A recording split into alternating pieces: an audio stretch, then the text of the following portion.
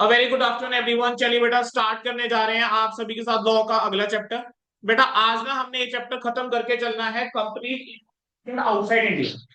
छोटा सा चैप्टर है, बहुत छोटा चैप्टर है, बहुत इजी चैप्टर है। ठीक है, मतलब ऐसा चैप्टर है जो अगर हम आज कोशिश करें आराम से इसको खत्म करके चल सकते हैं। इस वाले चैप्टर के अंदर ना लिमिटेड से क्वेश्चन आते हैं, लिमिटेड से ही क्वेश्चन बनते हैं।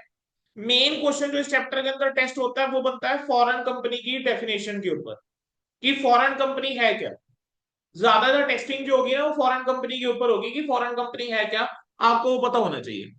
तो कह रहे हैं चैप्टर पढ़ने के बाद एक तो आपको पता हो कि फॉरेन कंपनी का मीनिंग क्या है और ये कंपनीज एक्ट 2013 फॉरेन कंपनी के ऊपर लगता कैसे है। दूसरा, आप एक्सप्लेन कर पाओ अकाउंट्स ऑफ फॉरेन कंपनी के रिगार्डिंग प्रोविजन। देन उसके बाद प्रोविजन जो डिबेंचर से रिलेटेड है, एनुअल रिटर्न से रिलेटेड है, आरओसी से रिलेटेड है, बुक्स ऑफ अकाउंट्स इंस्पेक्शन से रिलेटेड है। फिर हम एनालाइज कर पाए कि प्रोस्पेक्टस की डेटिंग के बारे में, देन क्या क्या पर्टिकुलर्स उसके अंदर होंगे, एक्सपर्ट की कंसेंट, अलॉटमेंट, रजिस्ट्रेशन प्रोस्पेक्टस की। फिर इंडियन डिपॉजिटरी रिसिप्ट्स का ऑफर जो है उसके बारे में हमने पढ़ना है, और मर्जर और अमेलगमेशन फॉरेन कंपनी के साथ ये चीजें पढ़ के चलनी है सेक्शन के इस चैप्टर में। चैप्टर की अगर हम बात करके चलें तो companies incorporated outside India, section number कह रहे हैं 379 के अंदर एप्लीकेशन गिवन है कि application of the act of foreign company, document to be delivered 380 के अंदर, अकाउंट 381 के अंदर, और dating and registration of prospectus जो है that is between your 387 and 389। अब बेटा जब हम ये चैप्टर पढ़ते हैं तो ये चैप्टर नंबर कौन सा है, this is chapter number 22 of the companies act 2013। और इसके अंदर जो सेक्शन आपके कवर होते हैं वो सेक्शन नंबर 379 से 393 तक कवर होते हैं, 393 ए तक कवर होते हैं, और साथ में रूल्स कवर होते हैं रजिस्ट्रेशन ऑफ फॉरेन कंपनीज के। बेटा फॉरेन कंपनी का मतलब क्या है, क्लॉज नंबर 42 सेक्शन 2 के अंदर बताया गया है foreign company means any company, foreign company means any company और बॉडी कॉर्पोरेट। कोशिश करेंगे मेरे साथ याद करने की, तो रिपीट करेंगे। ठीक है, लॉ को बेटा अब हम कोशिश आपने याद करने की और मेरे साथ यहाँ पे रिपीट करना है, ताकि आप लोगों के माइंड में बेटा चीजें साफ साथ बैठ जाए, ताकि जब घर जाके रिवाइज करने में तो ज्यादा टाइम ना लगे। फॉरेन कंपनी का मतलब क्या होता है, foreign company means any company और body corporate, foreign company means any company और body corporate incorporated outside India, any company और body corporate incorporated outside India which has a place of business, which has a place of business in India whether by itself, या तो उसका कोई place of business है यानी एक ऐसी company या बॉडी कॉर्पोरेट जो इंडिया के बाहर इनकॉर्पोरेट हो रखी है लेकिन जिसका प्लेस ऑफ बिजनेस कहां पर है, इंडिया में प्लेस ऑफ बिजनेस है, या तो बाय इटसेल्फ या फिर किसी एजेंट के थ्रू, चाहे फिजिकली या इलेक्ट्रॉनिक मोड के थ्रू। डन है। And conduct any business activity in India in any other manner, और इंडिया में वो कोई बिजनेस एक्टिविटी कंडक्ट कर रही है किसी भी मैनर में, तो क्या है बेटा फॉरेन कंपनी, एनी कंपनी और body corporate incorporated outside India having place of business in India either through itself, whether by itself or through any agent, physically or through electronic mode, and conducts any business activity in India in any manner. Done है। अब example इन्होंने दिया, ABC entertainment limited एक Indian company है, कह रहे हैं उसकी सब्सिडरी है यूबीडब्ल्यू लिमिटेड जो रेंडर करती है satellite services to the group, will be covered under the definition of the foreign company under the Companies Act 2013। अब उसकी जो फॉरेन सब्सिडरी है कहेंगे वो कवर हो जाएगी कंपनीज एक्ट 2013 के। कह रहे हैं एयरलाइन कंपनीज जो ऑपरेट करती है through their booking agents in India will be covered under the definition of foreign companies. Foreign airlines जो है मतलब एस कंपनीज जो वहां रजिस्टर्ड है या इस बॉडी कॉर्पोरेट रजिस्टर्ड है, अब उनका आप इंडिया में देखोगे तो इंडिया में क्या होते हैं, उनके एजेंट्स होते हैं, इंटरनेशनल फ्लाइट्स के लिए क्या होते हैं, एजेंट्स रहेंगे। तो वो एजेंट्स जो हैं बुकिंग एजेंट्स के थ्रू वो क्या है उनको कवर हो जाएंगे इसके अंदर। अब यहां पर हमने बेटा ऊपर एक वर्ड पढ़ा, ऊपर हमने क्या वर्ड पढ़ा, इलेक्ट्रॉनिक मोड। तो कह रहे companies registration of foreign company rule 2014 के अंदर बताया गया है इलेक्ट्रॉनिक मोड का मतलब क्या होता है, carrying out electronically, carrying out electronically based whether the main server is installed in India or not, but not limited to, मतलब आप कैरी आउट करके चल रहे हो इलेक्ट्रॉनिकली, चाहे बेटा देखो अगर आप इलेक्ट्रॉनिकली कैरी आउट करके चल रहे हो तो कहीं तो डाटा स्टोर हो रहा होगा ना, ठीक है। ई बिजनेसेस में क्या होता है, मैं यहीं बैठ के काम कर रहा हूँ, अपने घर बैठ के काम चल रहा है ना, ई कॉमर्स हो गया, ई बिजनेस हो गया, क्या होता है ई बिजनेस, इलेक्ट्रॉनिक बेसिकली क्या चीज है, ई इंटरनेट बेस्ड है ना वो बिजनेस। अब वहां पर क्या हो रहा है, आपका कहीं ना कहीं डाटा इकट्ठा हो रहा होगा ना, जो भी डाटा है, सेल्स है, परचेज का रिकॉर्ड हो गया, सेल का हो गया, सर्विसेज होती है मेनली इसके अंदर, ठीक है, जो भी उसका रिकॉर्ड है, कस्टमर का रिकॉर्ड है, वट एवर, वो सारा का सारा इलेक्ट्रॉनिक मोड में रहेगा। अब now that server could be in India, that server could be outside India, ठीक है। तो कह रहे हैं क्या मेन सर्वर चाहे इंडिया में इंस्टॉल्ड है चाहे नहीं है, ठीक है, including but not limited to, including कह रहे हैं उसके अंदर इंक्लूड होंगी ये सारी चीजें, बट नॉट लिमिटेड टू, मतलब एग्जॉस्टिव नहीं है, एग्जॉस्टिव का मतलब समझते हो ना, मतलब ये नहीं है कि हाँ इसमें यही 5 चीजें आएंगी, इससे ज्यादा भी हो सकता है, ये तो है ही है, ये तो इंक्लूड होगा ही होगा, इससे ज्यादा भी हो सकता है, एग्जॉस्टिव नहीं है कि हाँ यार इतना ही रहे, डन है। Business to business and business to consumer transaction, कह रहे हैं जो आपकी बी टू बी ट्रांजेक्शन है और बी टू सी ट्रांजेक्शन है वो इसके अंदर कवर हो जाएगी। Data interchange and other digital supply transaction, कोई डाटा इंटरचेंज से रिलेटेड ट्रांजेक्शन है या कोई डिजिटल सप्लाई ट्रांजेक्शन है। Then offering to accept deposit, आपने ऑफर करा है कि डिपॉजिट एक्सेप्ट करने के लिए, या फिर आपने इनवाइट करे हैं डिपॉजिट्स, या एक्सेप्ट करे हैं डिपॉजिट्स या सब्सक्रिप्शन, किसके अंदर, इन सिक्योरिटीज इन इंडिया या फिर सिटीजन ऑफ इंडिया से, यानी आपने सिटीजन ऑफ इंडिया को ऑफर करा कि आप डिपॉजिट एक्सेप्ट कर लो, या उनसे आपने इनवाइट करे हैं डिपॉजिट्स, या फिर आपने एक्सेप्ट करे हैं डिपॉजिट्स या सब्सक्रिप्शन करी है सिक्योरिटीज के अंदर, कहा, इंडिया में या इंडियन सिटीजन से। कह रहे फाइनेंशियल सेटलमेंट्स है, वेब बेस्ड मार्केटिंग हो गया, देन आपका एडवाइजरी और ट्रांजेक्शनल सर्विसेज हो गया, डाटा बेस्ड सर्विसेज हो गया, एंड सप्लाई चेन मैनेजमेंट हो गया, ठीक है। फाइनेंशियल सेटलमेंट्स हो गया, बेसिकली फाइनेंशियल सर्विसेज की बात करके चल रहा है, वेब बेस्ड मार्केटिंग हो गया, डिजिटल मार्केटिंग की बात करके चल रहा है, बहुत चलता है आजकल डिजिटल मार्केटिंग, ठीक है। एडवर्टाइजरी और ट्रांजेक्शन सर्विसेज हो गई, कोई डाटा बेस की सर्विसेज हो गई, ठीक है। जैसे अगर हम बात करके चले, बहुत सारी फॉरेन कंपनीज है जो इंडिया के बाहर है, बाहर कंपनीज इनकॉर्पोरेटेड है, दुबई हो गया, यूएस हो गया, ऑस्ट्रेलिया हो गया, लेकिन बेटा अगर आप देखोगे उनकी अकाउंटिंग का हो रही है आजकल इंडिया में हो रही है, ठीक है। ऑनलाइन सर्विसेज हो गया, telemarketing, telecommuting, telemedicine, education, information research, बेटा आप लोगों को कई बार फोन आते होंगे, ठीक है, सर टेली कम्युनिकेशन सर्विसेज है ना, टेली सर्विसेज के रिगार्डिंग। देखो बेटा होता क्या है, जैसे मान लेते हैं कोई एक कंपनी का नाम ले लेते हैं, ठीक है, से फॉर एग्जांपल कोई इलेक्ट्रॉनिक्स की कंपनी है, ठीक है। अब कोई इलेक्ट्रॉनिक्स की कंपनी है जो बाहर की है, से जापानीज कंपनी है, ठीक है। अब वो जापानीज कंपनी यहाँ पर थोड़ा ना बैठी हुई है, लेकिन उसके यहाँ पर क्या होंगे, उन्होंने यहाँ पे ऑफिस सेटअप सा कर रखा होगा, ऑनलाइन सर्विसेज प्रोवाइड कर रहे होंगे, टेलीकॉलर वाली सर्विसेज, कैसे, जैसे मान लो आपको कोई कंप्लेंट है, तो आपने फोन मिलाया टोल फ्री नंबर पे या उनके रजिस्टर्ड नंबर पे, तो वहां पर क्या है, वो फोन उठाएंगे, ठीक है, वो आपको बताएंगे कि अच्छा सर आपको अगर ये प्रॉब्लम आ रही है आप ऐसे करके देख लो, ठीक है। होता है ना, जैसे मान लेते हैं मैं अब यहाँ पे एक बार इंडियन एग्जांपल लेके चल रहा हूँ, टाटा स्काई, ठीक है। टाटा स्काई में ना थोड़ा सा इशू आ रहा, तो मैंने उसको फोन करा टाटा स्काई वाले को, तो वो कहते हैं कि sir we are happy to help you, ठीक है, कहते हैं आप सर ऐसा करो कि एक बार आप रीस्टार्ट करके देखो, ठीक है। मैंने कहा रीस्टार्ट कर लिया, नहीं हुआ, कहते हैं आप ऐसा करो सर एक बार ना वायर जो है वो दोबारा से आप निकाल के उसको थोड़ा सा क्लीन करके आप वायर को दोबारा लगा के देखो हो जाए, उससे भी नहीं हुआ। फिर उसने मेरे को सेटिंग्स में जाके कुछ बोला, फिर नहीं हुआ। कहती सर मैं एक ना शेड्यूल कर देती हूँ, बेसिकली आपके पास वो आ जाएगा या टेक्नीशियन आ जाएगा और टेक्नीशियन ठीक कर जाएगा, ठीक है।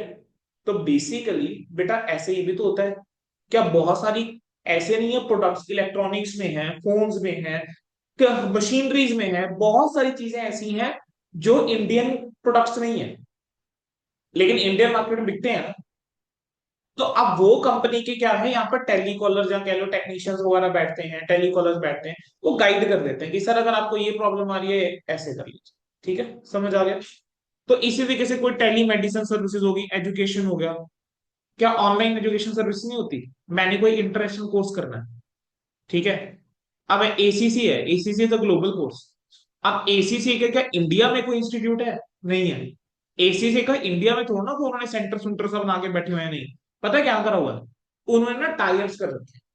जैसे अगर मैं बात करके चलूं तो बात है, बस मेन वही दिक्कत आ जाती है जिस टाइम पे एग्जांपल देने की बारी आती है ना, कभी कभी माइंड में होता है, एग्जांपल देखा होता है, माइंड से एक बार निकल जाता है। ठीक है, मैं आपको बताता हूँ।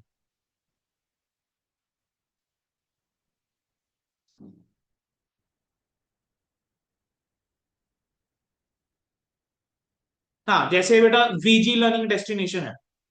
अब वीजी लर्निंग डेस्टिनेशन के साथ क्या है, एसीसी का एक वो है, टाइप है। ठीक है, इसी तरीके से जेल एजुकेशन करके है। ठीक है, इस तरह बिग फोर्स के साथ भी है। तो अब ये थोड़ा ना कि ये बस क्या है, एक तरह से इंटरमीडिएरी बने बैठे हैं। आपको ये रजिस्ट्रेशन में भी मदद करते हैं, कोचिंग में भी मदद करते हैं, आपका फीलिंग सब फॉर्म फॉर्म फिल कराने में, सब में ये क्या करके चलते हैं, मदद सी आपकी करके चलते हैं। समझ आया? अब ऑनलाइन लर्निंग हो गया। नेक्स्ट क्या आ गया, all related data communication services. अब वो कहता है वेदर कंडक्टिंग बाय।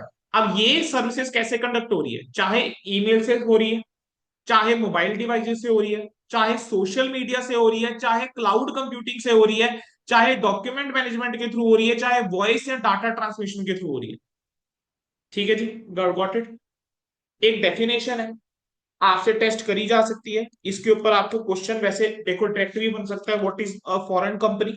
नहीं तो आपको ना क्वेश्चन एक बना देंगे जिसके अंदर आपको आइडेंटिफाई करना पड़ेगा कि क्या ये फॉरेन कंपनी है या नहीं है। उस तरीके का क्वेश्चन बनाया जा सकता है। अब कह रहे no for the purpose of this clause electronic based offering of security subscription thereof or listing of securities in the international financial service centre setup under SCZ 2005 shall not constitute as electronic mode for the purpose of clause number 42 of 2। कह रहे हैं जो हमने ऊपर एक definition यहां पर पढ़ा ना कि सब्सक्रिप्शन इन सिक्योरिटीज वाला पॉइंट, तो उस बारे में भी इन्होंने बोला है। कह रहे हैं ये जो electronic based offering of security subscription है या उनकी लिस्टिंग है, अगर वो लिस्टिंग कहां पर हो रही है, इंटरनेशनल फाइनेंशियल सर्विस सेंटर के अंदर हो रही है। और इंटरनेशनल फाइनेंशियल सर्विस सेंटर कहां पर होता है, SCZ जोन के अंदर होता है बेटा। और इंडिया में कहां पर आपको मिलेगा, ये गुजरात में मिल जाएगा।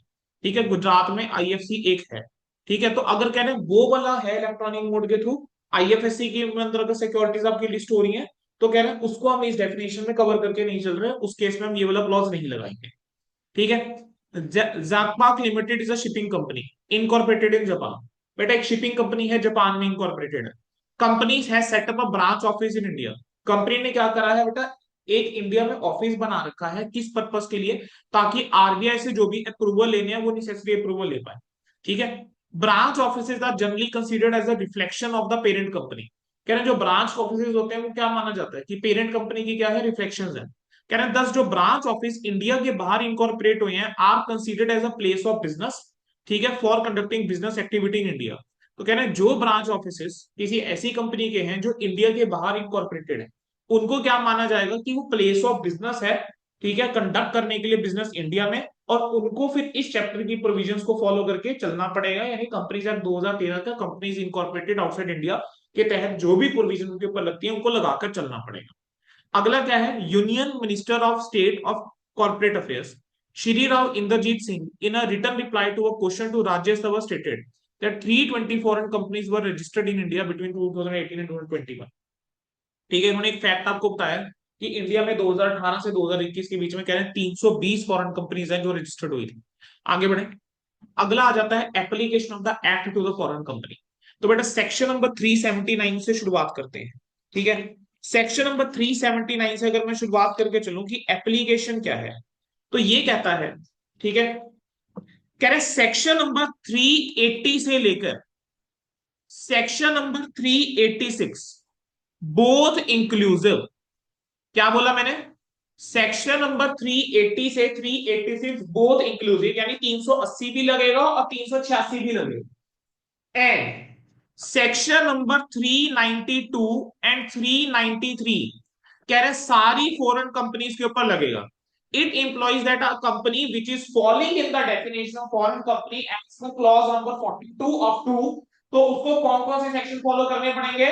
380 से 386 दोनों इंक्लूसिव, और 392 एंड 393। ठीक है। अब फॉरेन कंपनी की अगर हम बात करके चलें तो यहां पर हमारे पास क्या आता है, कह रहे हैं कि अगर 50%, क्या बोल रहा हूं बच्चे में ध्यान से सुनेगा, अगर 50% और मोर, इफ 50% और more of the paid up share capital of paid up share capital, अगर हमारा क्या है, चाहे वो फिर इक्विटी है, चाहे वो प्रेफरेंस है, चाहे वो पार्टली इक्विटी है, चाहे पार्टली प्रेफरेंस है, ठीक है, of a foreign company is held by, of a foreign company यानी एक ऐसी कंपनी जो इंडिया के बाहर इनकॉर्पोरेटेड है, is held by one or more citizen of India. 50% से ज्यादा किसी कोई फॉरेन कंपनी है, उसके 50% से ज्यादा शेयर मेरे पास है, इंडियन सिटीजन के पास है, या फिर एक या एक से ज्यादा कंपनी या बॉडी कॉर्पोरेट के पास है जो इंडिया में इनकॉर्पोरेटेड है, यानी कोई कंपनी जो है वो उसकी शेयर होल्डर है जिसके पास 50% ज्यादा शेयर है, वो इंडिया में इनकॉर्पोरेटेड हुई है, या कोई बॉडी कॉर्पोरेट है वो इंडिया में इनकॉर्पोरेट हो रखी है, और उसके पास 50%, कम से कम 50% शेयर होल्डिंग है, पेड अप शेयर कैपिटल बढ़ी हुई है, ठीक है, या one or more citizen and one or more companies के पास है, चाहे सिंगली, वेदर सिंगली और इन एग्रीगेट, मतलब चाहे एक के पास है या चाहे एग्रीगेट करके है, तो कह रहे हैं उस फॉरेन कंपनी को shall also comply with the provision of chapter number 22। तो उस वाली चैप्टर नंबर 22 मतलब जो हम चैप्टर पढ़ रहे हैं उसकी हम बात करते हैं, ठीक है, and such other provision as may be prescribed with regard to the business carried on by it in India if it were a company incorporated in India। ठीक है, तो उसको एक तो चैप्टर 22 की प्रोविजंस, और वो प्रोविजंस जो कि प्रिस्क्राइब करी जाएंगी कि जैसे वो कंपनी जो है वो इंडिया में क्या हुई है, इनकॉर्पोरेट हुई है, ठीक है।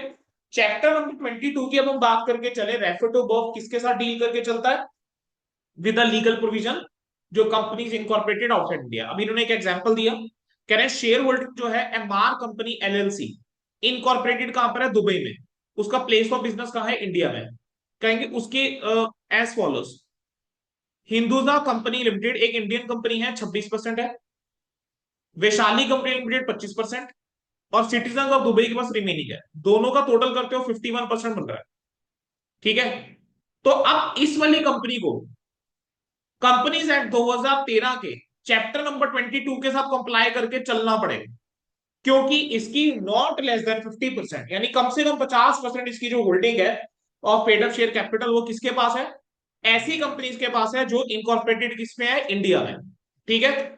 तो इन कंपनीज को यानी एमआर कंपनी एलएलसी को क्या करना पड़ेगा, एमआर कंपनी एलएलसी को कह रहे हैं कि आपको क्या करना पड़ेगा, कंप्लाई करना पड़ेगा प्रोविजंस के साथ, आपको कंप्लाई करना पड़ेगा किसके साथ, प्रोविजंस के साथ कंप्लाई करके चलना पड़ेगा।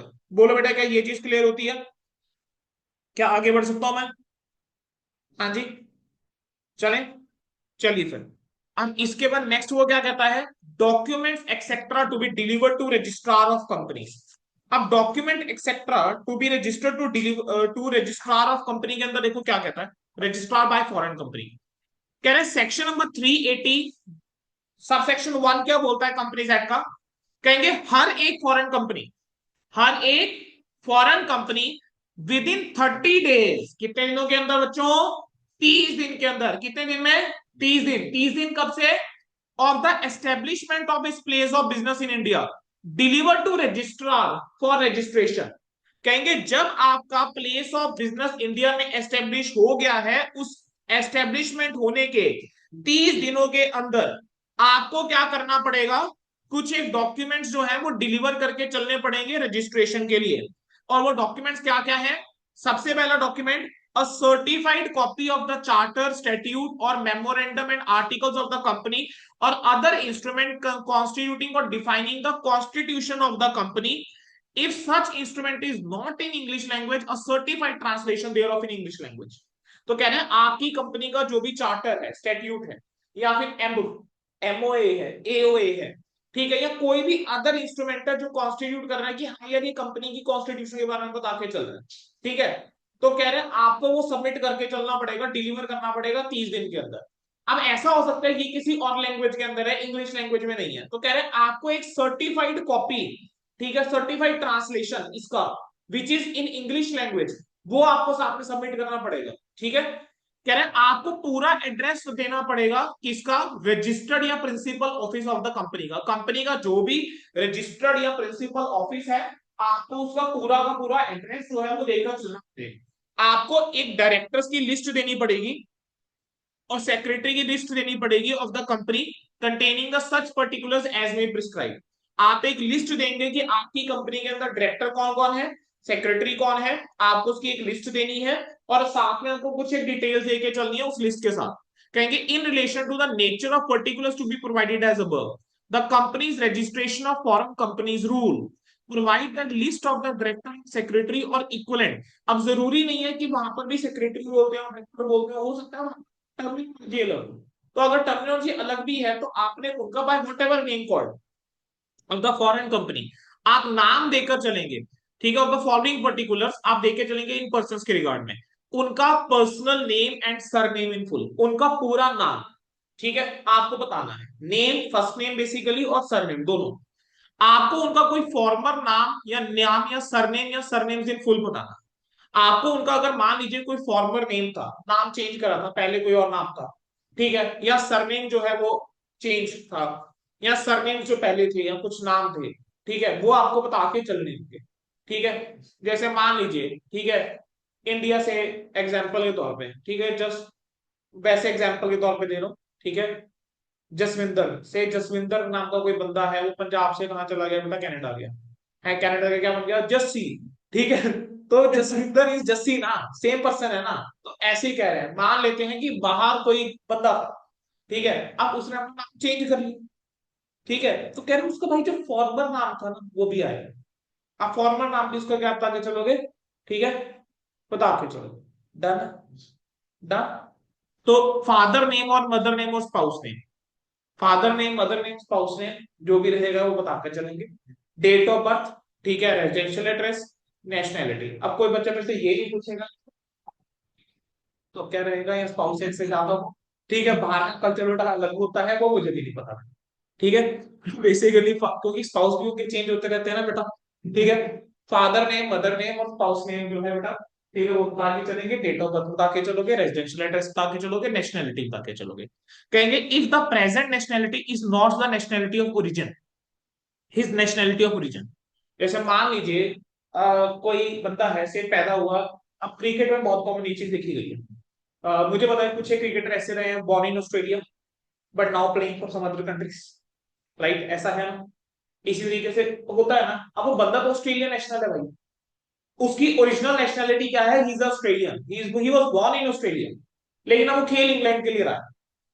ठीक है, तो अब वो क्या है, इंग्लैंड का बंदा है, नेशनैलिटी उसकी चेंज हो गई ना। तो कह रहे हैं कि अगर आपकी प्रेजेंट नेशनैलिटी जो है is not the nationality of origin, तब आप अपनी ओरिजिनल नेशनैलिटी भी बता के चलोगे। पासपोर्ट नंबर दोगे, डेट ऑफ इशू, किस कंट्री ने इशू करा।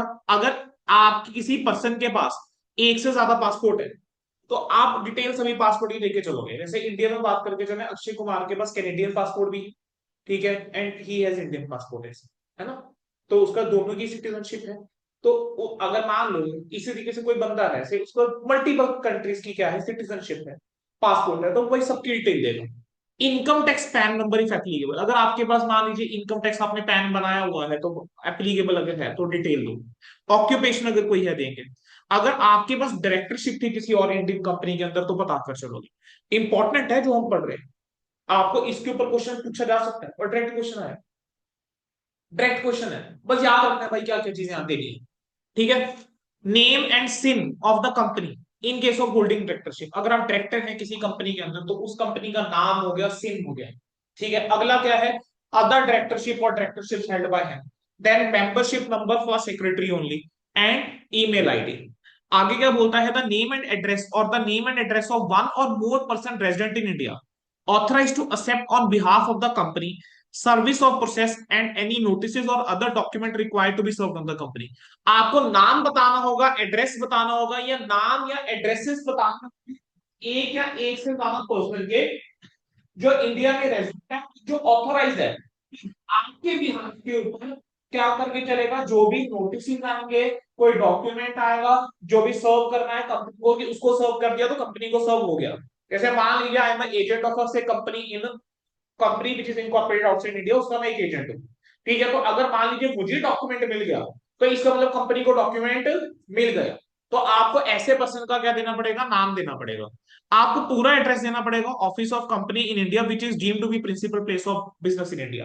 आप कह रहे हो कि भाई इस कंपनी इंडिया में ये है, तो कह रहे हैं ठीक है जी, उसका आप मेरे को पूरा एड्रेस जो है वो आप देकर चल लीजिए। फिर उसके बाद नेक्स्ट कहता है particulars of opening and closing of place of business in India. अगर मान लीजिए आपने इससे पहले इंडिया में कोई ऑफिस ओपन करा था और क्लोज हो गया, तो आपको उसकी डिटेल जो है वो देकर चलनी पड़ेगी। देन आपको डिक्लेरेशन देकर चलनी पड़ी होगी that none of the directors of the company or the authorised representative in India has ever been convicted or debarred from formation of companies and management in India or abroad। आप एक declaration दीजिए कि भाई जो भी आपके directors हैं, ठीक है, कंपनी के, या जो भी ऑथराइज रिप्रेजेंटेटिव है इंडिया में, कहीं कभी उसको कन्विक्ट नहीं करा गया है या उसको डी बार नहीं करा गया है किस चीज के लिए, कि भाई आप इंडिया के अंदर कंपनी जो है वो फॉर्म नहीं कर सकते, या इंडिया के बाहर आप कंपनी फॉर्म नहीं कर सकते। एनी अदर इंफॉर्मेशन विच में बी प्रिस्क्राइब, उसके अलावा कह रहे हैं कोई और इंफॉर्मेशन जो प्रिस्क्राइब करी जा सकती है। Then form procedure and time for making the application and submission of prescribe document. कहेंगे companies registration of foreign companies rules के अंदर बोला गया है कि ये जो अबव इंफॉर्मेशन है आपको 30 दिन के अंदर फाइल करके चलनी होगी establishment of place of business in India. किस फॉर्म के अंदर, फॉर्म नंबर FC1 के अंदर। साथ में आपकी फीस जाएगी और डॉक्यूमेंट के जो हमने ऊपर पढ़े हैं।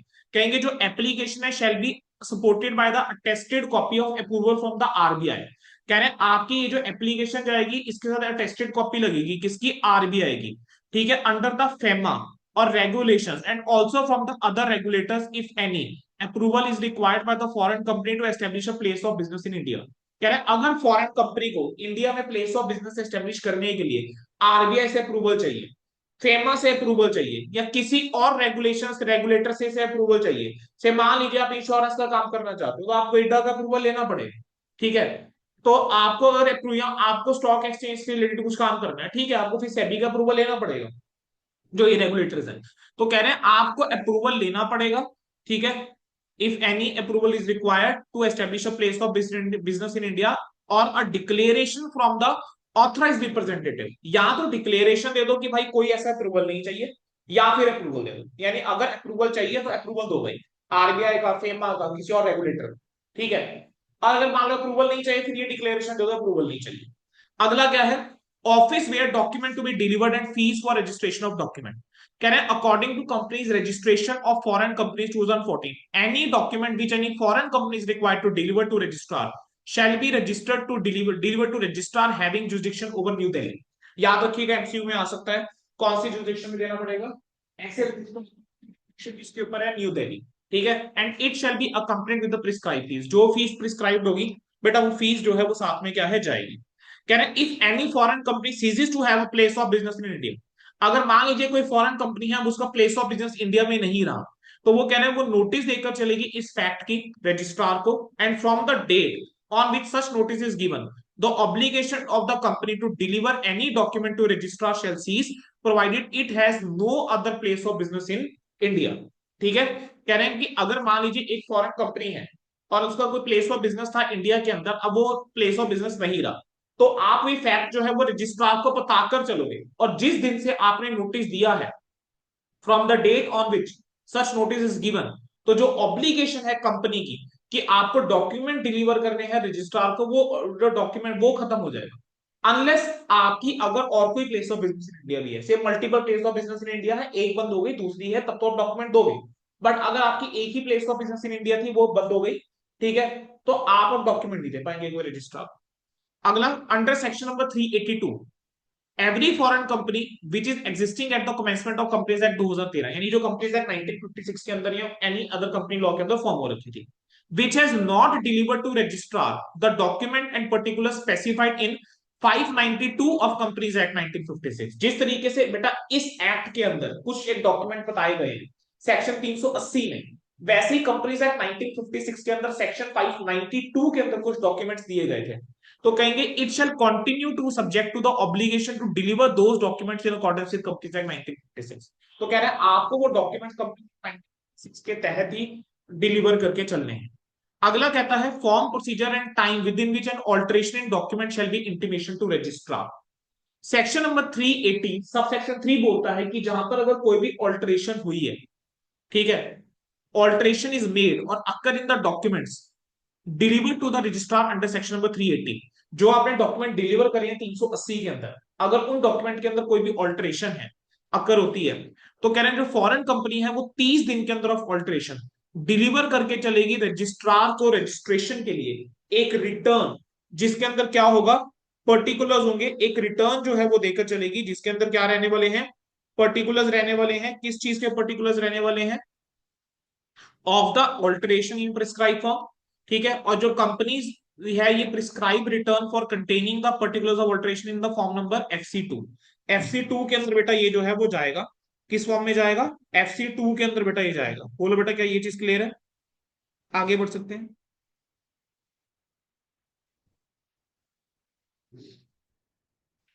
हाँ जी, क्या यहां तक हो गया क्लियर, आगे बढ़ो। आगे इलस्ट्रेशन की बने, चलिए इलस्ट्रेशन पे आओ। Search and find PTE limited, ठीक है, इनकॉर्पोरेटेड इन सिंगापुर, सिंगापुर में बेटा ये कंपनी इनकॉर्पोरेट हो रखी है। कंपनी जो है क्या ना अपने गुड्स जो है वो इलेक्ट्रॉनिक मोड के थ्रू बेचती है ई कॉमर्स प्लेटफॉर्म के ऊपर in India, e commerce platforms के थ्रू इंडिया में बेचती है। However it does not have any branch और ऑफिस इन इंडिया। कह रहे हैं क्या कंपनी को रिक्वायर्ड है कि वो कोई डॉक्यूमेंट सबमिट करके चले, ठीक है, चलिए। तो अब यहाँ पर अब टेस्ट किस तरीके से करा जाएगा देखेंगे। सेक्शन नंबर 2 क्लॉज नंबर 42 क्या कहता है कि कोई भी कंपनी, कोई भी बॉडी इनकॉर्पोरेट जो इंडिया के बाहर इनकॉर्पोरेटेड है, अगर उसका प्लेस ऑफ बिजनेस इंडिया के अंदर है, चाहे किसी एजेंट के, चाहे खुद से, चाहे एजेंट के थ्रू, फिजिकली या इलेक्ट्रॉनिकली, ठीक है, या और कंडक्ट करके चलते हैं कोई भी business activity in India in any manner, तो उसको हम फॉरेन कंपनी मान के चलेंगे, ठीक है। और उसको क्या करना पड़ेगा, कॉम्प्लाई करके चलना पड़ेगा, किसके साथ, सेक्शन नंबर 382 386 के साथ, 392 एंड 393 के साथ, ठीक है। और आपको रिक्वायर्ड डॉक्यूमेंट सबमिट करने पड़ेंगे सेक्शन नंबर 380 के लिए। समझ में आ गया कैसे टेस्ट करेगा, आपको इस तरह का क्वेश्चन दे देगा जैसे ये इलस्ट्रेशन। आपको पहले आइडेंटिफाई करना पड़ेगा, हाँ यार ये कंपनी कॉर्पोरेट आउटसाइड इंडिया है नहीं है ठीक है, अप्लाई करना पड़ेगा, ये करना। गॉट इट, आगे बढ़ो, चलिए जरा क्वेश्चंस के ऊपर आओ, क्वेश्चंस आपके साथ कवर करके चलेंगे।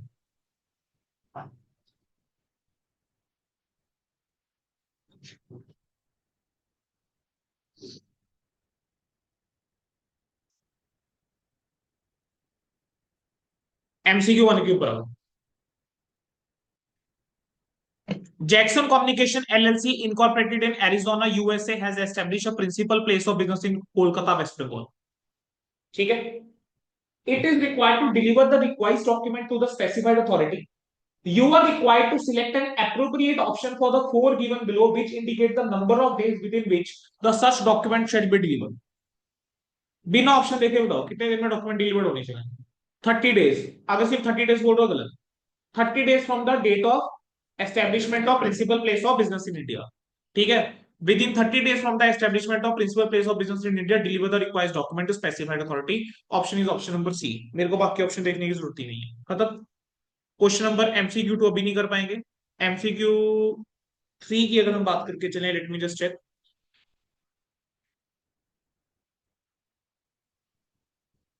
ओके, थर्ड पे आ जाओ जरा, थर्ड पढ़ो जरा MCQ। Radix Healthcare Limited, a company registered in Thailand, although has no place of business established in India, yet engage in the online business through remote delivery of healthcare services in India. Select the incorrect statement from these given below as the nature of Radix Healthcare in the light of the applicable provision of Companies Act. Radix Healthcare is not a foreign company as it has no place of business in India. ए ही गलत है भाई, ये foreign company है। हमने पढ़ा है कि अगर आप कोई भी एक्टिविटी कंडक्ट करके चल रहे हो वो है, ऊपर से टेलीमेडिसिन भी कवर था, जाके चेक करो, जो 5 वहां पर चीजें गिवन थी उसमें टेलीमेडिसिन भी कवर था, ठीक है। तो एक बार जाओ दोबारा से सेक्शन 242 जहां चैप्टर स्टार्ट हुआ जाके पढ़ो एक बार, सेक्शन 242 की डेफिनेशन पूरी दोबारा पढ़ो अभी के अभी, है ना। तो पहला ऑप्शन आगे बढ़ो, पढ़ लो, फटाफट से पढ़ लो, तब तक मैं आगे देखता हूँ और कौन सा क्वेश्चन कर सकते हैं।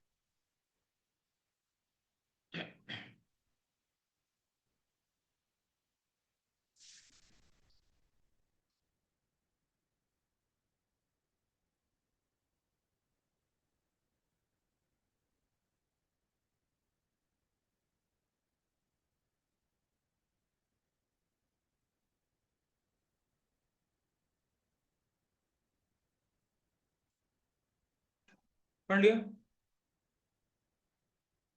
अब ऐसा करो, पेज नंबर 11.23 के ऊपर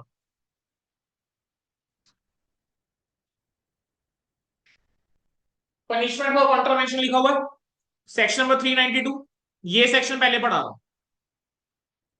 without prejudice to the provision of section number 391, कह रहे 391 में जो लिखा हुआ है बिना उसको इफेक्ट करे, अगर एक फॉरेन कंपनी कॉन्ट्रावेन करती है the provision of chapter number 22 of the companies act 2013, अगर एक फॉरेन कंपनी कॉन्ट्रावेन कर रही है प्रोविजन, किस चीज की प्रोविजन कॉन्ट्रावेंशन करके चल रही है, of companies act 2013, that is chapter on companies incorporated outside India, the foreign company shall be punishable with a fine which shall not be less than 1 lakh.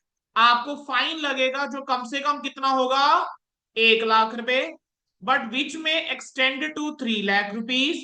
और अगर यही कंटिन्यूइंग ऑफेंस रहता है तो कह रहे हैं एडिशनल फाइन 50,000 रुपए का लगेगा फॉर एवरी डे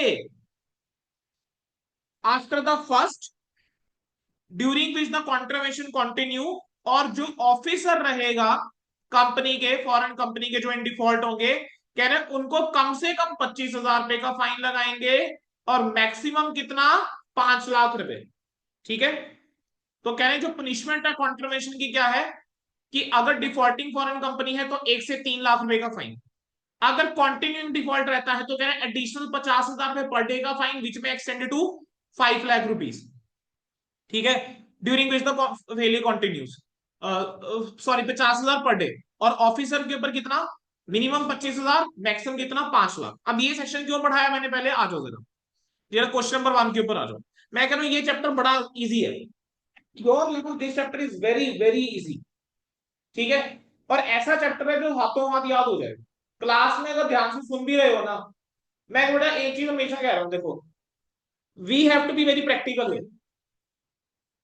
अभी भी सिलेबस काफी बचा हुआ, बीट अकाउंट्स बीट लो, काफी टॉपिक भी बचे हैं, मैं ये नहीं कह सकता कि टॉपिक्स नहीं बचे, बचे हैं यार, जो है फैक्ट है जो है। ठीक है? अब यहां पर आपके माइंड में ना वो चीज चलती है कि सर हमारा सिलेबस जो है रिवाइज कैसे करेंगे।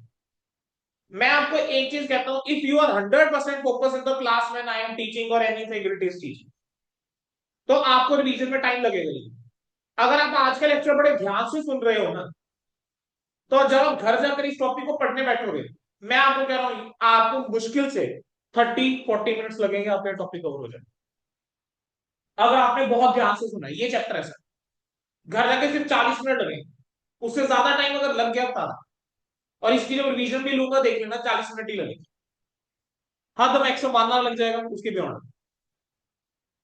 पहला question, ABC is a foreign company having its Indian principal place of business at Kolkata. West Bengal is required to deliver the various document to registrar. You are required to state where the said company should deliver such documents. बताओ ये question है वो पूछने वाला, क्या free के number है या नहीं है, क्या पढ़ा है बोलो, कौन से सेक्शन के अंदर पूछ लिया, सेक्शन नंबर 380। सेक्शन नंबर 380 क्या कहता है कि कोई भी अगर कंपनी इनकॉर्पोरेटेड आउटसाइड इंडिया, उसको अपने डॉक्यूमेंट्स कहाँ डिलीवर करने हैं, कौन से रजिस्ट्रार के साथ, अभी पढ़ के आए हैं, न्यू दिल्ली। कौन से रजिस्ट्रार के साथ डिलीवर करके चलने हैं डॉक्यूमेंट, न्यू दिल्ली, है ना, जो जिसकी जुरिस्डिक्शन किसके अंदर है, न्यू दिल्ली में है। बस यही है इसका आंसर, और क्या है, यही तो आंसर देना था बस इसके अंदर। चलो अगला क्या पूछता है, in case foreign company did not deliver the document to registrar of the companies as required. मतलब पहले आपसे पूछा है कि भाई बताओ किसको डिलीवर करने हैं, कह रहे अगर डिलीवर नहीं करे हैं तो कह रहे फिर उस केस के अंदर बताओ कि पेनल्टी क्या लगेगी। पेनल्टी 380 में तो पड़ी नहीं है, पेनल्टी मिली है सीधा 392 में जाके। तो पेनल्टी की प्रोविजन जो है वो कहां पर आ जाएंगी, 392 के अंदर आएंगी। तो मैं 392 के अकॉर्डिंग अब यहां पर बताके चलूंगा कि भाई अगर कॉन्ट्रावेंशन हुआ है, आपने अगर डॉक्यूमेंट जो है वो फाइल नहीं करके चले हैं एज रिक्वायर्ड इन 380, तो आपको 392 के तहत जो है वो पेनल्टी लगेगी। 392 के तहत हमने क्या पेनल्टी पड़ी, कह रहे हैं जो आपकी है फॉरेन कंपनी, तो फॉरेन कंपनी को हम कह रहे हैं कि कम से कम 1 लाख रुपए और मैक्सिमम कितना बेटा, 3 लाख रुपए। फॉरेन कंपनी को 1 लाख रुपए, 3 लाख रुपए। लेकिन अगर मान लीजिए कि कॉन्टिन्यूइंग ऑफेंस है, तो कॉन्टिन्यूइंग ऑफेंस में हमने बोला था 50,000 रुपए पर डे का।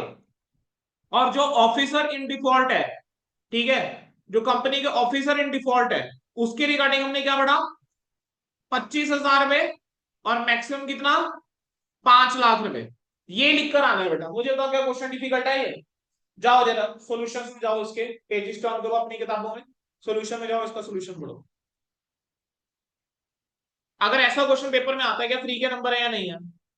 फिर मैं आपको वही चीज कह रहा हूं बेटा, देखो अगर आप ढंग से पढ़ रहे हो ना, तो आपको कोई दिक्कत नहीं आने वाली। एक बार पढ़ के देखो उसको, लिखना किस तरीके से, हाँ बढ़ाने चढ़ाने के लिए लिख कर आएंगे कि एज पर the companies registration of foreign companies rule 2014, अगर कोई भी डॉक्यूमेंट जो रिक्वायर्ड टू बी डिलीवर्ड है, तो ये रूल्स के अंदर बोला गया ना कि कहाँ डिलीवर कर।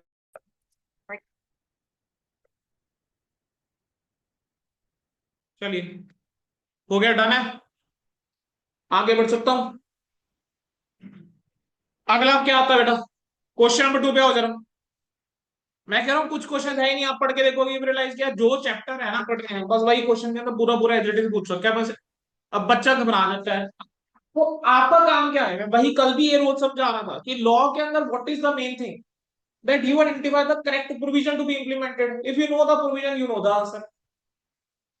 DEJY is a company limited incorporated in Singapore designed to establish a branch office at Mumbai. कह रहे हैं मुंबई में ब्रांच ऑफिस एस्टेब्लिश करना चाहते हैं। कह रहे हैं you being a practicing chartered accountant have been appointed by the company as a license officer of the for compliance of the legal formalities. कह रहे हैं लीगल फॉर्मेलिटीज के लिए आपको बोल दिया गया कि भाई आप देख रहे हैं सारा का सारा एग्जामिन करो प्रोविजन कंपनीज एक्ट 2013 की, whether the branch office will be considered as a company incorporated outside India।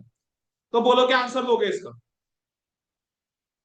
Answer दोगे क्या और कैसे दोगे, मुझे ये दोनों बताओ। क्या आंसर होना चाहिए इसका? क्या कंपनी इनकॉर्पोरेटेड आउटसाइड इंडिया उसको कंसीडर करा जाएगा?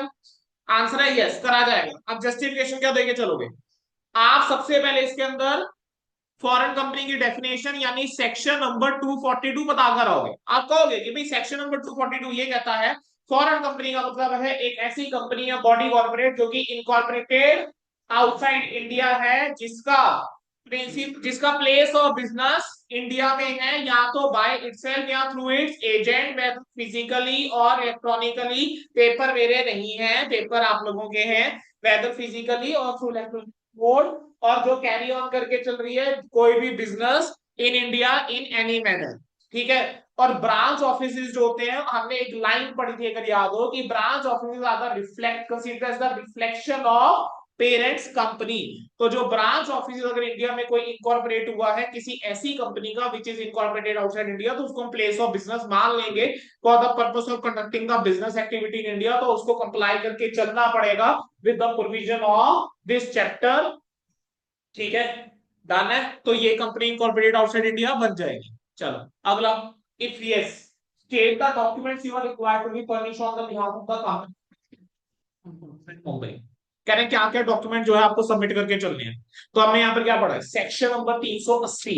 सेक्शन नंबर 380 के अंदर हमने पढ़ा है कि एस्टेब्लिशमेंट के प्रिंसिपल प्लेस ऑफ बिजनेस के एस्टेब्लिशमेंट के 30 दिनों के अंदर आपको डिलीवर करके चलने हैं डॉक्यूमेंट्स, ठीक है। क्या क्या डॉक्यूमेंट डिलीवर करके चलने हैं? एक आपको सर्टिफाइड कॉपी डिलीवर करके चलनी है, जो भी चार्टर है, स्टैट्यूट है, एमओयू है, एओए है, या कोई भी अदर इंस्ट्रूमेंट जिसके अंदर कॉन्स्टिट्यूशन है। और अगर वो इंग्लिश लैंग्वेज में नहीं है तब आपको एक सर्टिफाइड कॉपी इंग्लिश लैंग्वेज में देकर चलनी पड़ेगी। फिर आपका जो भी रजिस्टर्ड या फिर प्रिंसिपल ऑफिस है कंपनी का, उसका पूरा एड्रेस देकर चलना पड़ेगा। आपको एक लिस्ट देके चलनी पड़ेगी डायरेक्टर्स की, सेक्रेटरी की, ठीक है, जिसके अंदर वो पर्टिकुलर्स होंगे जो एज में प्रिस्क्राइब्ड है। और रूल्स के अंदर प्रिस्क्राइब करा गया है कि जो भी डायरेक्टर्स हैं, सेक्रेटरी है, या कोई भी इक्विवेलेंट जिस भी नाम से उसको बुलाकर चल रहे हैं, उन सबका आपको पर्सनल नेम, सरनेम जो है वो देकर चलना पड़ेगा। कोई फॉर्मर नेम है वो देकर चलना पड़ेगा, ठीक है। कोई उनका नाम था, सरनेम था, वो आपको देकर चलना पड़ेगा। Father name, mother name, spouse का नाम देकर चलना पड़ेगा। उनका डेट ऑफ बर्थ देकर चलना पड़ेगा। उनकी नेशनैलिटी बताकर चलनी पड़ेगी। उनका रेजिडेंशियल एड्रेस देकर चलना पड़ेगा। अगर नेशनैलिटी ऑफ ओरिजिन नहीं है तब आपको नेशनैलिटी ऑफ ओरिजिन भी जो है वो आपको बताकर चलनी पड़ेगी। अगर वो बंदा जो है उसका पासपोर्ट बताना होगा, इशू डेट की बतानी होगी, कौन सी कंट्री ने इशू करा है वो बताना होगा। अगर एक से ज्यादा कंट्री के पासपोर्ट है तो सारे बताने होंगे। अगर उसका इनकम टैक्स का पैन है आपको बताकर चलना होगा। कोई ऑक्यूपेशन है बता के चलना होगा। उसकी अगर डायरेक्टरशिप है किसी कंपनी के अंदर, कंपनी के अंदर आपको वो डायरेक्टरशिप बतानी होगी। उस कंपनी का नाम बताना होगा, सीट बताना होगा। ठीक है, आपको मेंबरशिप नंबर बताना होगा सेक्रेटरी के केस के अंदर, और आपको ईमेल आईडी जो है वो बताकर चलनी होगी। आपको नेम और एड्रेस बताना होगा, और उन पर्संस का जिनको अगर हमने नोटिस सर्व कर दिया तो मान के जाएगा कि कंपनी को नोटिस सर्व कर दिया गया है। आपको कंपनी का फुल एड्रेस बताकर चलना पड़ेगा, जिसको माना जाएगा डीम टू बी कि वो उसका principal place of business in India है।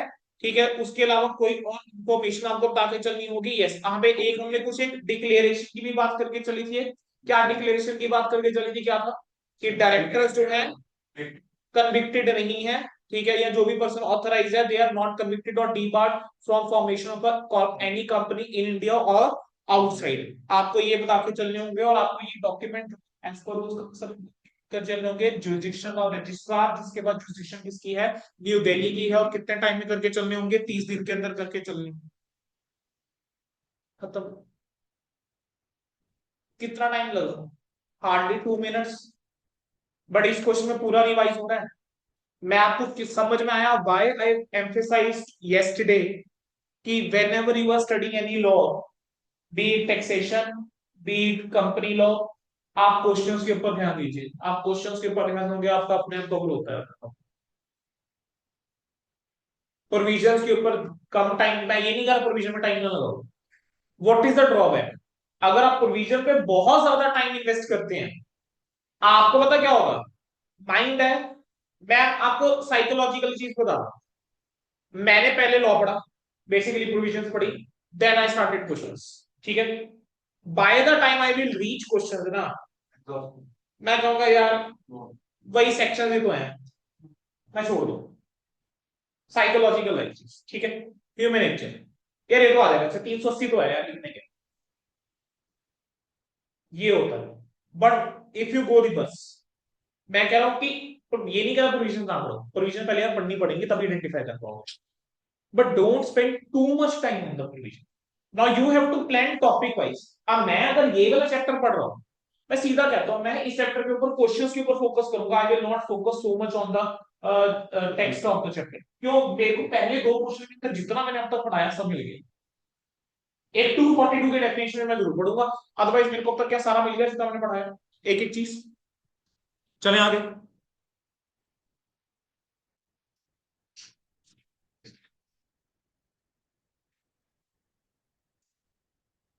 अगला क्या है, accounts of foreign company, section number 381। According to this section, every foreign company shall in every calendar year, कह रहे हैं हर एक फॉरेन कंपनी जो है वो हर एक कैलेंडर ईयर में क्या करके चलेगी, एवरी फॉरेन कंपनी इन एवरी कैलेंडर ईयर, कह रहे हैं shell make out a balance sheet and profit and loss in such form containing such particulars and including or having attached or annexed thereto such document as we prescribe and deliver a copy of those document to the registrar। कह रहे हैं आप balance sheet बनाओगे, आप profit and loss बनाओगे इन such form जिसके अंदर वो पर्टिकुलर्स होंगे और वो डॉक्यूमेंट साथ में इंक्लूड होंगे या एनेक्स्चर साथ में होंगे या अटैच होंगे एज डॉक्यूमेंट जो प्रिस्क्राइब करे जाएंगे, और आपको डिलीवर करनी होगी इसकी एक कॉपी रजिस्ट्रार को। According to company registration of foreign company rule 2014, every foreign company shall prepare the financial statement of its Indian business operation। कह रहे हैं कि जो आपका इंडियन बिजनेस ऑपरेशन है, हर एक फॉरेन कंपनी को उसकी जो बनानी पड़ेंगी books, in accordance with schedule 3 बना के चलना पड़ेगा। उसके फाइनेंशियल स्टेटमेंट कैसे बनाने होंगे, शेड्यूल 3 के अकॉर्डिंग, और as near thereto as possible, जितना नियर पॉसिबल है। अगला वर्ड ध्यान से दो, फॉर ईच फाइनेंशियल ईयर, और ऊपर जो पढ़कर आए हो वो कैलेंडर ईयर पढ़ के आए। ऊपर कहता है हर एक कैलेंडर ईयर के लिए बनाओगे, नीचे बोल दिया कि भाई ठीक है आप फॉरेन कंपनी हो, आपकी जो इंडियन वाली है ना चीज, कह रहे इंडियन के लिए तो जब शेड्यूल 3 फॉलो करना और फाइनेंशियल ईयर को बना के देना, ठीक है। इंक्लूडिंग क्या क्या देके चलोगे, कहेंगे जो डॉक्यूमेंट जो रिक्वायर्ड टू बी एनेक्स्ड है इन accordance with chapter number 9। Chapter number 9 तक पढ़ाया नहीं है, काउंसिल ऑफ कंपनी जल्दी पढ़ेंगे, कंपनी होगी, ठीक है। डॉक्यूमेंट जो रिक्वायर्ड करना एज पर चैप्टर नंबर 9, ठीक है, काउंसिल ऑफ कंपनी।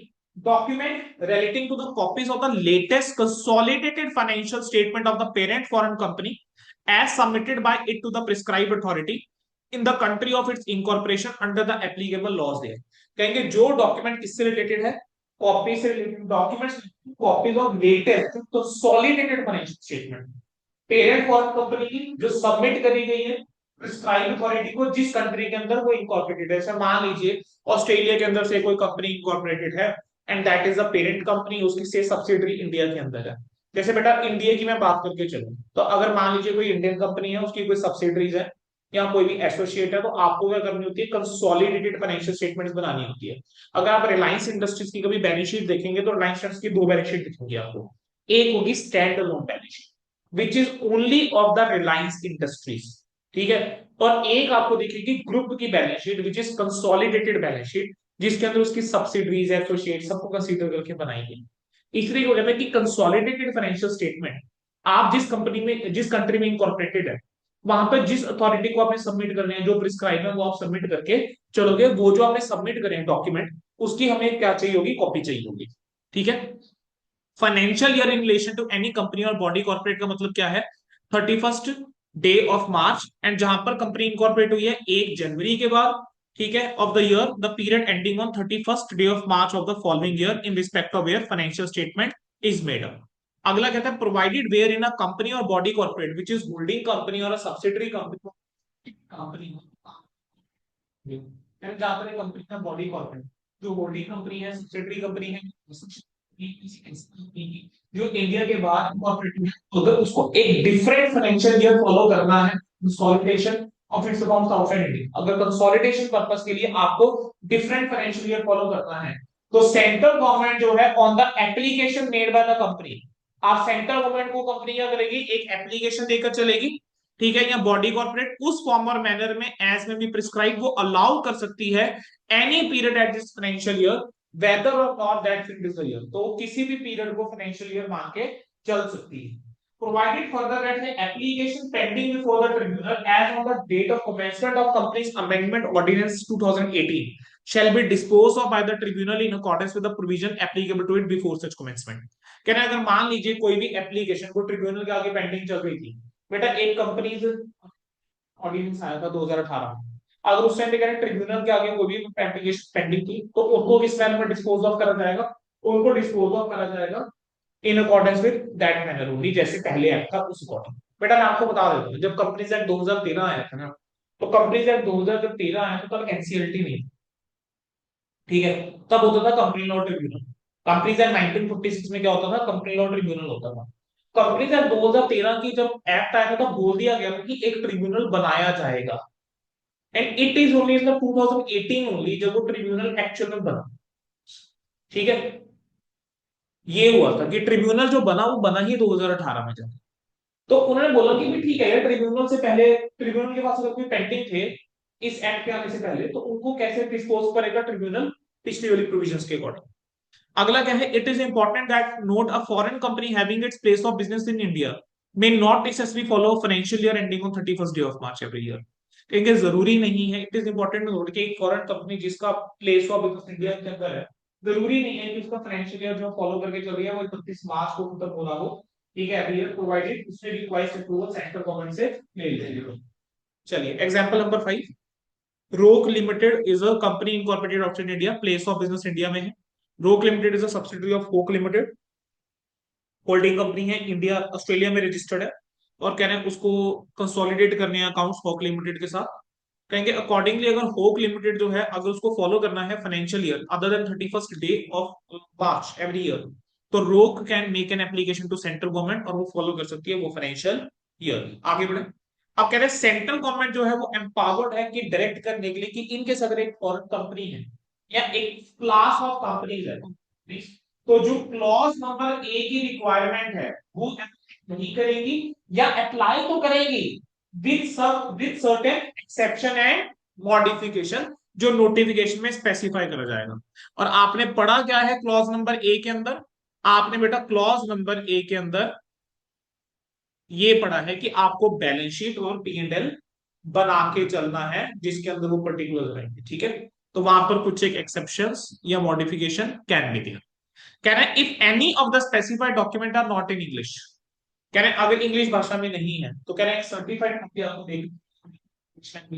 नेक्स्ट के तौर पे देना पड़ेगा। Every foreign company shall send to the registrar along with the documents to be delivered to him a copy of the list in the prescribed form of all the place of business established by the company in India as at the date with reference to which the balance sheet is made।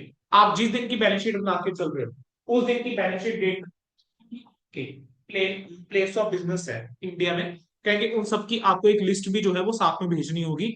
Registrar को जो documents हमने deliver करने हैं उसका एक copy भेजिए, जो भी लिस्ट है एक प्रिस्क्राइब फॉर्म के अंदर कि ये हमारे क्या है प्लेस ऑफ बिजनेस इंडिया में है इस time.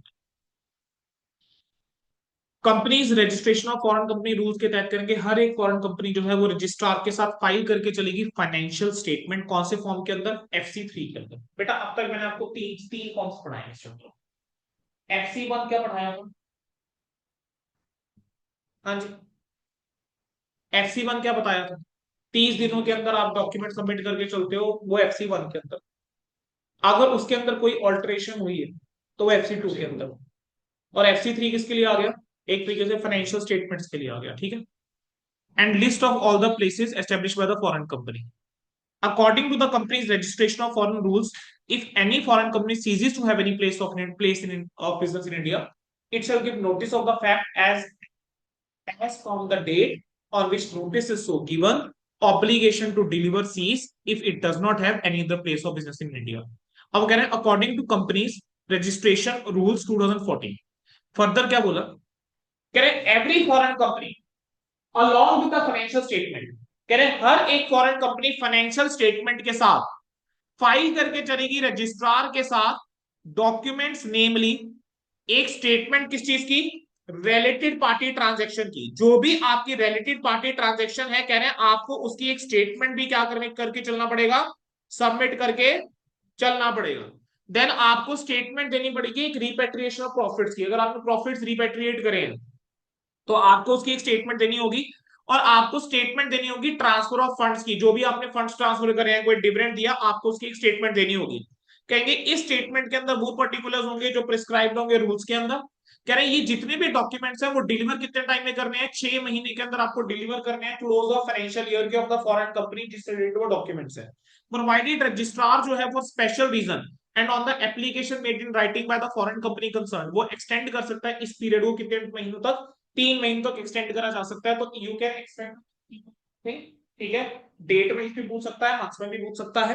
Mukesh and Jordan analysis the foreign company is required to file its financial statement within 6 months, ठीक है, with registrar on annual basis with additional document. क्या क्या? रिलेटेड पार्टी ट्रांजैक्शन की summary, repatriation of profits की summary, transfer of funds की summary. लेकिन यहाँ पे सेंट्रल गवर्नमेंट जो है बेटा अगर एग्जम्प्ट करा है,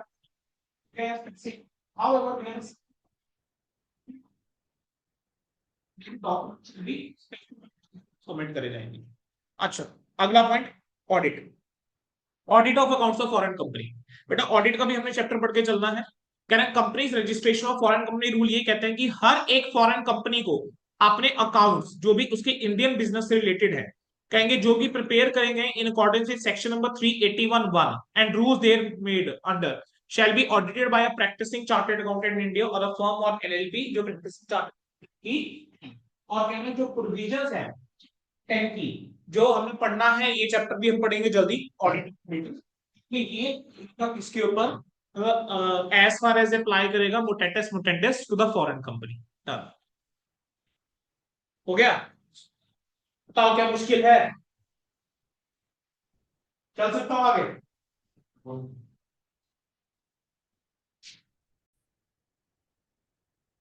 चलिए next 3 sections quickly. Display of the name etcetera foreign company, कहेंगे हर एक foreign company shall conspicuously exhibit on the outside of every office or place where it carries on business in India।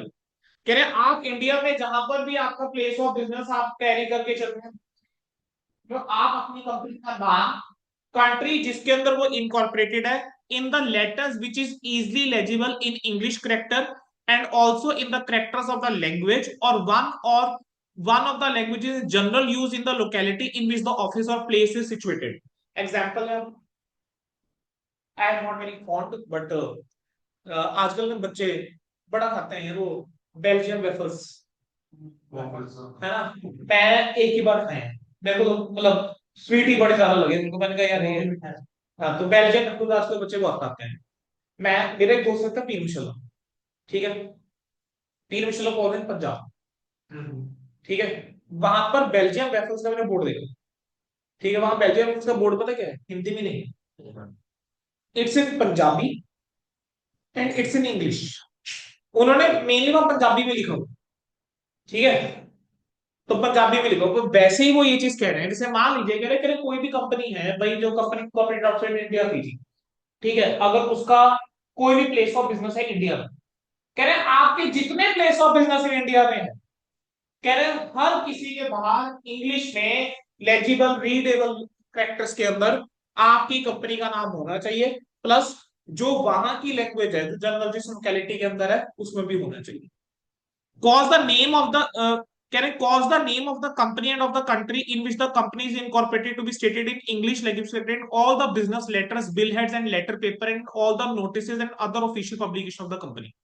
कह रहे हैं जो भी आपके बिजनेस लेटर्स हैं, जो भी आपके बिल हेड्स हैं, लेटर हेड्स हैं, या कोई भी नोटिस हैं, या कोई भी ऑफिशियल कोई भी पब्लिकेशन जो आपकी कंपनी की है, सबके ऊपर इंग्लिश में कंपनी का नाम और कंट्री का नाम होना चाहिए।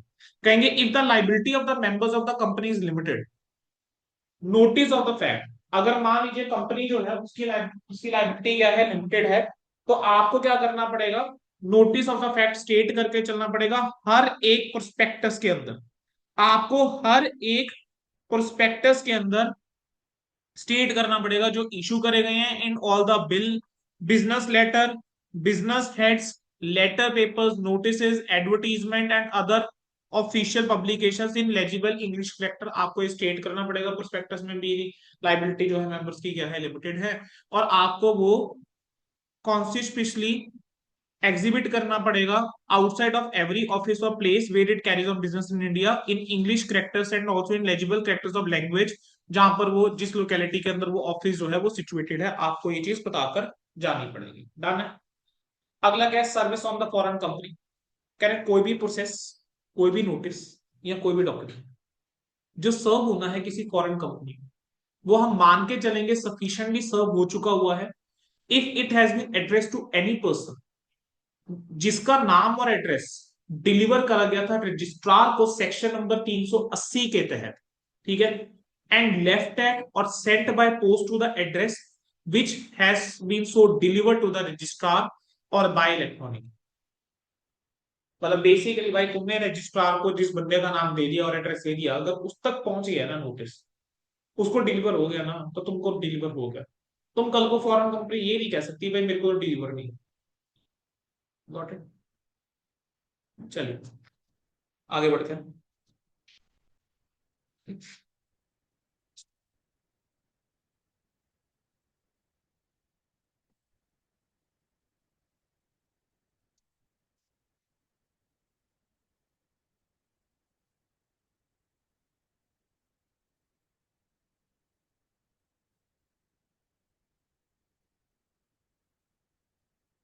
क्वेश्चंस के ऊपर आओ।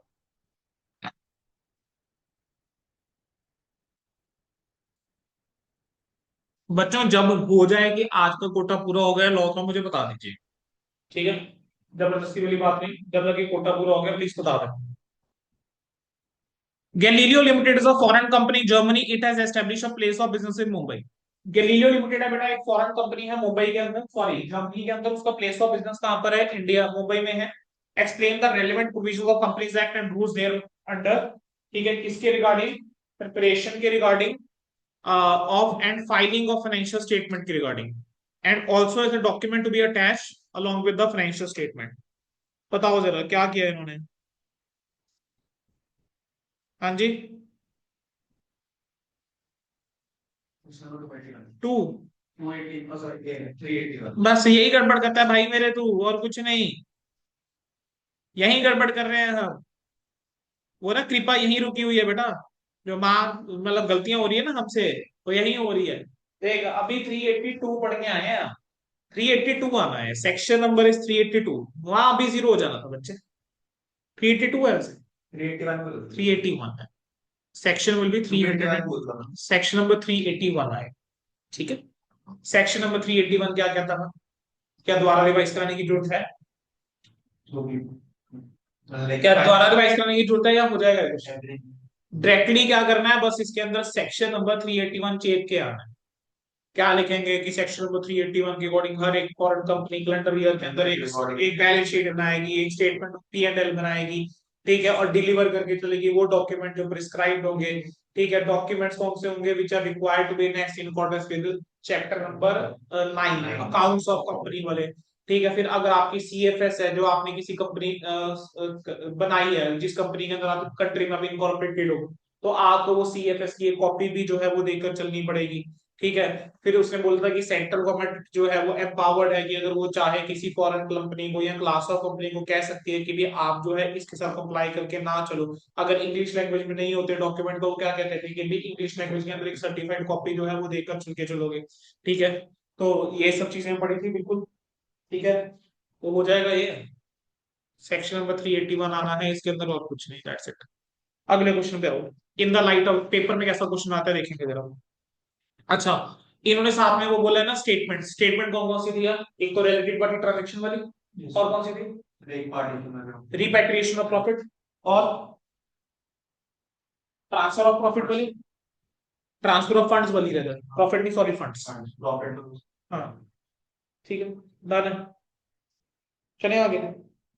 Okay. In the light of the provision of companies act examine whether the following companies can be considered as a foreign company. चलो भाई, मेरे को तो देखो आता नहीं है भाई, तो तुम लोग मुझे बताने वाले हो।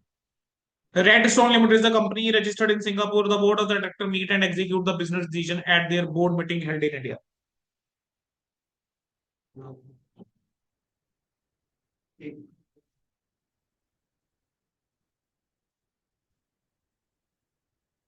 With explanation, please. आप कह रहे हो जाएगा? कितने बच्चे यस बोल रहे हैं कि यस सर ये हो जाएगा? Okay. Second case. Second case पढ़ो, उसका आंसर कर जरा।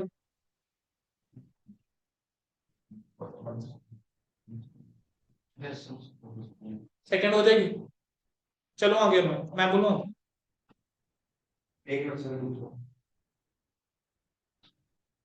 Section number 2 clause 42।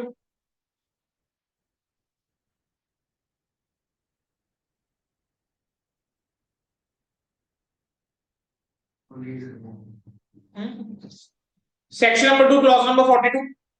Foreign company means any company on body corporate incorporated outside India has a place of business in India by itself or through its agent, physically or electronically, and conducts any business in India in any manner. ठीक है। फिर हमने पढ़ा था कि companies registration of foreign company rules के तहत कि क्या क्या एक्टिविटीज इसके अंदर आ जाती है। इलेक्ट्रॉनिक मोड का मतलब पढ़ा। इलेक्ट्रॉनिक मोड के अंदर 5 चीजें पड़ी थी। एक तो था B to B to C वाला। B to B to C data interchange वाला कुछ था, है ना? और दूसरा हमने जो हमें चीज पढ़ी थी वो क्या था? डिपॉजिट से रिलेटेड। ऑफर कर रहे हैं डिपॉजिट, इनवाइट कर रहे हैं डिपॉजिट, एक्सेप्ट कर रहे हैं deposit, fiction securities in India या सिटीजन फ्रॉम इंडिया।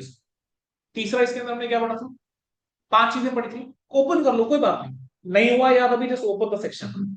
ठीक है, तीसरी चीज क्या पढ़ी थी? वेब बेस्ड मार्केटिंग से रिलेटेड था। फाइनेंशियल कुछ फाइनेंशियल सेटलमेंट रिलेटेड था। Supply chain data product, database product कुछ ऐसा। ऑनलाइन सर्विस, ठीक है। और क्या पढ़ा था? ऑनलाइन सर्विसेज, जिसके अंदर आपने telemarketing, telemedicine, information technology and education and all data related communication कुछ पढ़ के चली थी। ठीक है। और उसने बोला था कि चाहे ये ईमेल से है, चाहे मोबाइल बैंकिंग मोबाइल से है, चाहे सोशल मीडिया से है, चाहे क्लाउड कंप्यूटिंग से है, चाहे आपका और क्या था चेक करना। 3 चीजें याद आ रही है मुझे।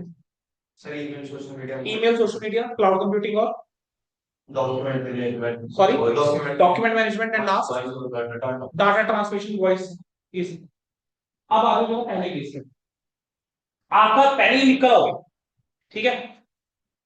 आपकी कंपनी रजिस्टर्ड थी सिंगापुर में, बोर्ड ऑफ डायरेक्टर्स ने बट डिसाइड करा, मीट करा, एग्जीक्यूट करा business decision, board meeting held in India. Board meeting India में हो रही है बेटा, जब चेक तो करो क्या आपका कोई प्लेस ऑफ बिजनेस इंडिया में है।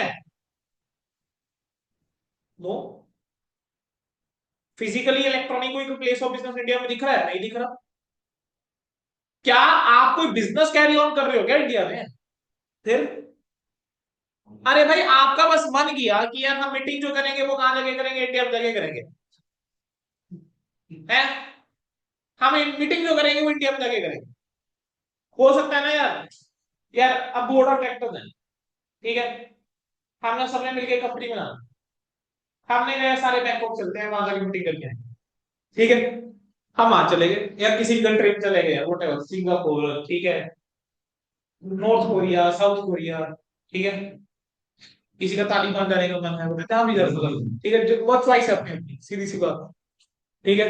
तो वो जहां मर्जी जाके मीटिंग करें, तो ये थोड़ा ना हम वो वाली कंपनी बन गए, उस कंट्री की कंपनी बन गए, समझ गए? यस। इस केस के अंदर अगर प्लेस ऑफ बिजनेस इंडिया में होता कोई, तो डेफिनेटली फॉरेन कंपनी। अगला वो तो कवर होएगा यार, मेंटेन कर रहे हैं office automation software by cloud computing for its clients in India, तो क्या ये कवर हो जाएगा? बिल्कुल सर, ये कवर हो जाएगा, तो सेकंड केस फॉरेन कंपनी बन जाएगा, ठीक है। डन है जी। चलिए, अगला क्वेश्चन क्या भी कर सकते हैं हम, इशू ऑफ प्रोस्पेक्टस रिलेटेड है, मैंने भी पढ़ाना है, सेक्शन नंबर 389 है। सिक्स क्वेश्चन पे आ जाओ। Jackson and Jackson LLC is proposing to establish a business in Mumbai India. Official document German language के अंदर है। कह रहे हैं क्या जैक्सन और जैक्सन एलएलसी को फाइल करने की जरूरत है, required document with the registrar in the same language. बोलो क्या, क्या पढ़ाया था? एक तो हिंदी और एक इंग्लिश में ट्रांसलेशन होगा क्या कि जब भी कोई कंपनी अपना प्लेस ऑफ एस्टेब्लिशमेंट का प्लेस बिजनेस एस्टेब्लिश होगा इंडिया के अंदर, तो उसको उसके 30 दिनों के अंदर रजिस्ट्रार ऑफ दिल्ली के साथ एज पर the companies registration of foreign company rules 2014 के तहत आपको कुछ एक डॉक्यूमेंट जो है वो सबमिट करने चलने होते हैं, और अगर वो डॉक्यूमेंट जो है वो इंग्लिश लैंग्वेज के अंदर नहीं है, ठीक है, तो उस केस के अंदर आपको जो है वो एक सर्टिफाइड ट्रांसलेटेड कॉपी जो है वो साथ सबमिट करके चलनी है।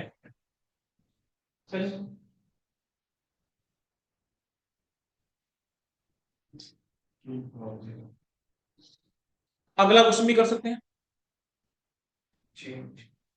Swift pharmaceutical, a company registered in Singapore, has started its business in India during the financial year 16। कंपनी ने सबमिट करे required document within the due date 1 March 2024 को। स्विफ्ट फार्मास्यूटिकल ने शिफ्ट करा है अपना प्रिंसिपल ऑफिस सिंगापुर के अंदर। कहना क्या कंपनी को कोई स्टेप लेने हैं चेंज इन एड्रेस के लिए? बताओ जरा।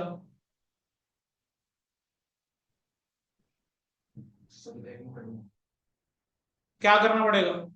ऑल्ट्रेशन हुई है, आपने अपना प्रिंसिपल ऑफिस शिफ्ट करा है, अब आपने जो अपना प्रिंसिपल ऑफिस शिफ्ट कर लिया, ऑल्ट्रेशन होगी, तो क्या 30 दिन के अंदर रजिस्ट्रार को डॉक्यूमेंट सबमिट करके चलोगे या नहीं करके चलोगे? रिटर्न सबमिट करके चलोगे, उनको बताओगे ना कि भाई यार हमने यार ये चेंज करा है, ठीक है। डन है, आंसर पढ़ लो एक बार, सेवन का एक बार आंसर पढ़ लो, 6 और 7 दोनों का आंसर पढ़ लो, बुक के लास्ट पेज में मिल जाएगा। बस उसके बाद हमारे बचे हुए क्वेश्चन, एक क्वेश्चन रह गया बस हमारा, ठीक है, वो सेक्शन 389 के ऊपर है, बाकी हमारे छोटे छोटे से सेक्शन बचे हुए हैं। डन।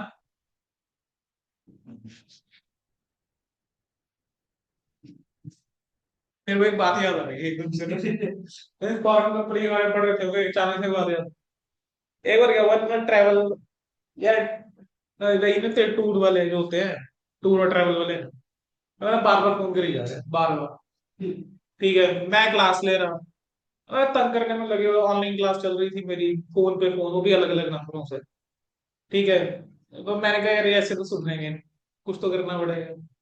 तो कहते हैं सर आप कोई प्लान कर रहे हो? मैंने कहा मैं कोई प्लान नहीं कर रहा।